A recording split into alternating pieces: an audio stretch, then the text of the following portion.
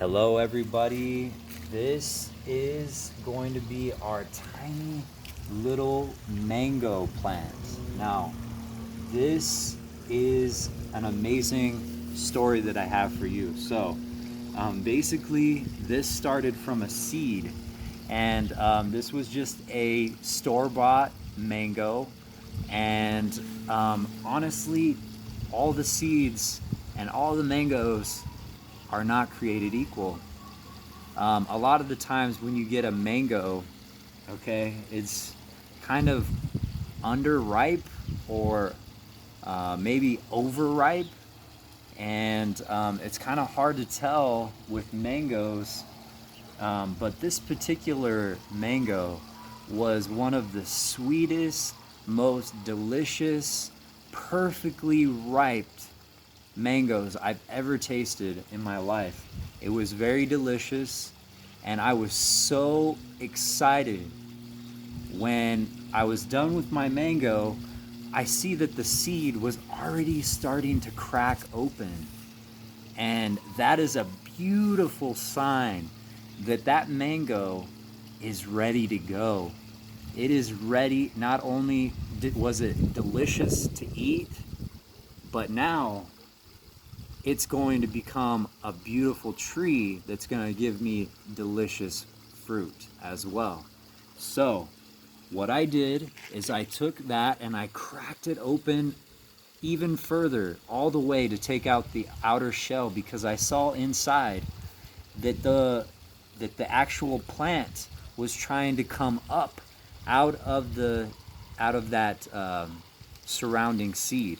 So that mango is really tough. That seed is super tough around it, and you can't just crack that thing open. So it would take a lot longer of a time for that mango tree to develop. But this one, like I said, was already partially cracked open, and it was showing its little face out of the seed. So I knew that that was the right time. So I found the right direction to where the plant side of it was coming up, which is like a little bump deal that was coming out of the secondary layer. So once you get the first layer off, if it's cracked open like that, then you'll see inside what's going on there.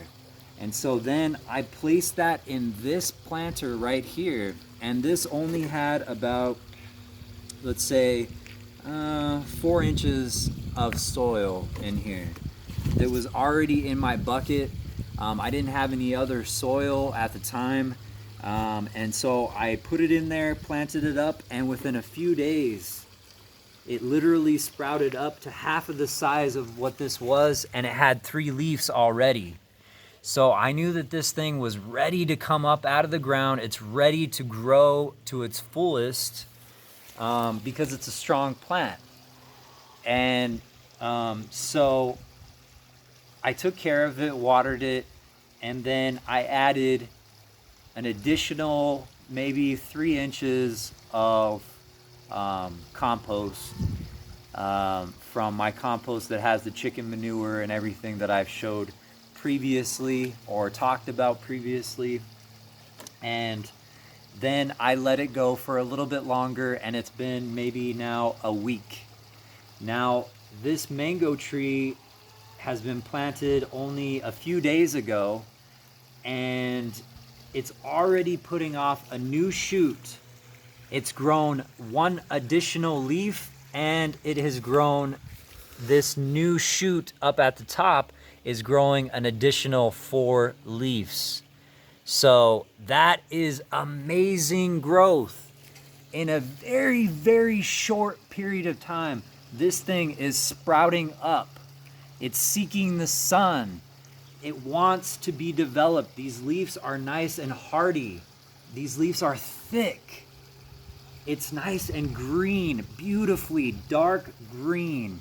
And it's thick around the trunk and base of this plant. Now, I want to kind of give you guys a little bit of a lesson here, is that it matters about what you choose to begin with. Because in this very spot, I had an apple tree that was doing horribly. Horribly. It wasn't growing, it wasn't producing new leaves, it was struggling with the heat, it was struggling with everything. I gave it proper amount of water, I definitely gave it proper nutrients, I gave it a proper environment, I tried to give it shade, I tried to do all types of things and nothing would work. The roots, when I pulled this tree out, were sad. They weren't going down any deeper, okay? And the tree was practically dead. So the tree, when I bought this tree, and I bought a secondary tree that was over in that hole right there that also got taken out, I had a bad feeling. I don't think these are the best, but I was in a hurry and I was like, oh, I'm just gonna buy them and try to see what happens. Don't ever do that. If you have a bad feeling about a plant, if it's not quite right, it doesn't look like it has the right shape, it doesn't look like it has enough leaves, it doesn't look like it has enough flowering going on when you look at it. If it just looks generally, unhealthy, that's gonna grow up, if it does, by some miracle, and it's gonna produce lousy fruit. And it's gonna, produce lousy growth. And I want to tell you that that's not worth it. You can do all you can try to fix it, but what you start with is really important. You can build off of a really good foundation. If it's a cruddy foundation, you can't build off of that. So you want to start with a really healthy plant, something that shows that it's strong and that it's going to fight in its environment to survive and thrive. The ones that thrive, the ones that show good productivity in the beginning of their growth, more than likely will be healthy in the future and show more productivity when they're mature and bearing fruit. So, be careful what you choose, and it's always a great thing to grow things from a seed. Growing plants from a seed has its benefits because that little seed and that little plant develop in the environment in which they are planted. So when they go through their stages of growth, you know that they're going to be acclimated to the weather, to the soil conditions, all these types of things. It does take longer to get fruit, but your trees will be happier and healthier if you start them early. So there's another tip for you guys. I love growing trees. I'm excited for this mango tree. If I find any mangoes that are exactly like this from a seed, I'm gonna do the same thing again. Or I'm gonna propagate this mango tree once it gets big enough and make some more mango trees, because it's definitely a great start.